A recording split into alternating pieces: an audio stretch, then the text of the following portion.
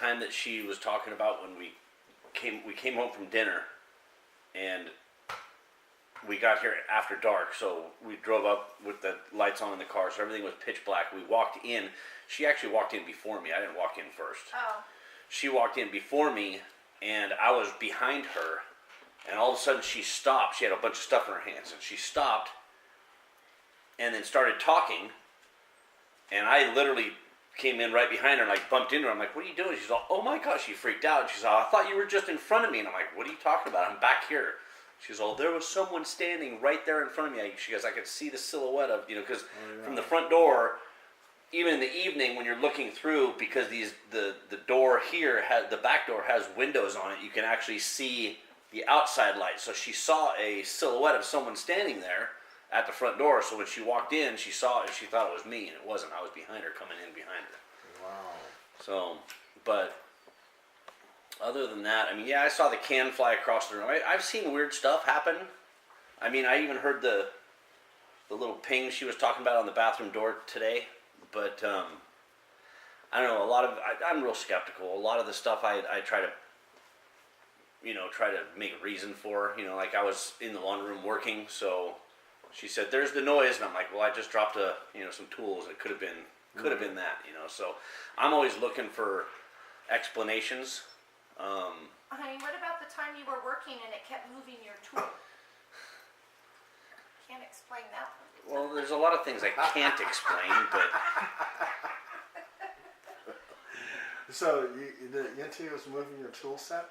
well, when I was building the deck, I would.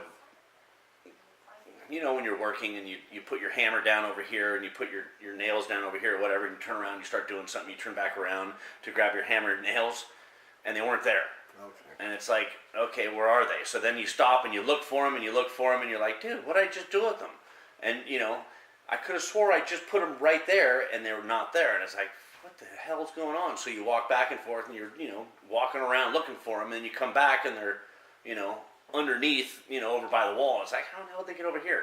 So you grab them and you don't really pay much attention to it, but it's frustrating because it's like it slows your process, or for me anyway, it slows my process down. So it's not that I was really, again, I can't explain it, but again, I can't sit there and definitely say I put it. Well, that's not true either. I can say that. I don't know. I can't explain it. But yeah, the things would move. Okay. So yeah, I've had things move before, set things down and they wouldn't, like she was talking about with the glasses. I mean, I'll set something down and I'll go back to get it and it's gone, and it's like, where is it, And then you'll find it somewhere else in a drawer, or, a couple days later you'll find it somewhere else and you're like, what the hell's going on? I guess one of the weirdest things, see that rooster up on the cabinet up there? Yeah. I'm pretty detail oriented, so I pay attention to detail a lot. And one evening we came home, and I looked in the kitchen, and that's something you kind of don't miss, but if it's been up there for a long time, it's kind of just becomes part of the scenery, right? Well, I came in and I looked up there and I thought, something's different. I just couldn't quite tell what it was. And so I was asking Kathy, what did you do up there? What's going on? And we couldn't figure it out. Well, it was moved, and it was over here on the counter.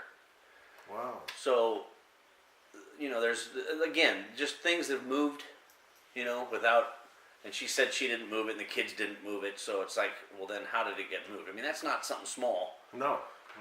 So there's a lot of things, they're just things that happen. Yeah. I mean, talk about the time when she said I was laying.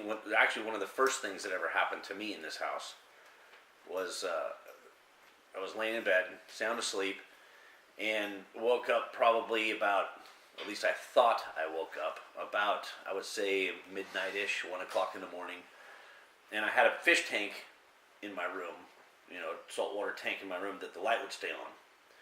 So I was laying, on my belly, laid face down, and I looked, and I remember looking at the fish tank, and I was going to roll over and kind of just, look at it for a little bit and then go back to sleep, and I couldn't get up. I felt like somebody was, like, holding me down. like pinning me to the bed, and then I once I started feeling that, I actually tried to move. I was like trying to move my arms, and some people say it's the sleep paralyzed thing, but Sleep paralysis, right? But the thing is I wasn't asleep. I was wide awake, and I was literally physically trying to, and it's not like I was, how like I've had sleep paralysis where I've slept on my arm, and you wake up and your arm's kind of dead. You just kind of move it over until the blood gets back into it, then you can start moving it. This wasn't that. I mean, I was completely, comfortable in the position I was in. It just, when I tried to move, I couldn't move, and it was literally like somebody was holding me down. It wasn't like I couldn't move. I mean, I could literally feel my muscles flexing and trying to move. I could feel my legs trying to move. I could feel my arms trying to move. My head, I could feel my head, and I could feel the pressure off my head off the pillow like it was trying to come off. Mm-hmm. But it was like someone was holding me down. So that's kind of different than sleep paralysis. Sleep paralysis is you can't move at all. Or this one, I could move a little, but I was trying to move against a force that was holding me down. And you feel like the entity was actually holding you down? Oh yeah. Yeah. Okay. Now, I was going to also too ask you. You're in the according to Bill Burns, this is a UFO triangle. Yeah. Have you seen a lot of UFO activity out here? Well, I understand we're in the UFO triangle, but you also have to realize Beale Air Force Base is literally right on the other side of that hill. So there's a lot of activity in the air. 90% of it, 95% of it, I recognize it as, airplanes and whatnot. Drones, I see drones every now and then. But I have seen things in the sky over here. It's not close enough to where I can identify it as a UFO, but it's an abnormal light that shouldn't be there, and it's doing things that shouldn't be doing. So I can't say. I mean, put it this way: I have seen UFOs. I mean, literally up close. I saw one going across the Benicia Bridge once. I was driving across the Benicia Bridge, and it was going the other direction. And I mean, it was literally from here to that wall. I mean, it was like flying right across the bridge. And there was thousands of people that reported it the next morning from Vallejo, Benicia, Martinez, Pleasant Hill, Walnut Creek, and then it turned and went toward Berkeley, went into went down the 24 highway, went over into Berkeley area, and then Oakland, and then once it got to Alameda, it took off. So there was actually thousands of people that reported it and saw it, and I remember seeing. So I mean, and that one was really close. Like I could literally throw a rock at it. It was that close. And I have seen other ones in camping. When I was up at Kennedy Meadows one time, saw one that was probably just above treetop level, triangular craft that made no noise and just kind of cruised around. And me and my buddy tried to keep up with it, but it was just going too fast. We were on foot and we couldn't keep up with it. And too many obstacles, up and down hills. But you haven't seen anything that crazy out here? I've never seen anything that wild out here. No. Okay. But like I said, I have seen lights. I have seen unexplained aircraft, but I do know they're military because, but I mean, I've seen. See that white up in the sky. Oh yeah, you know what? There is one thing that's kind of a trip.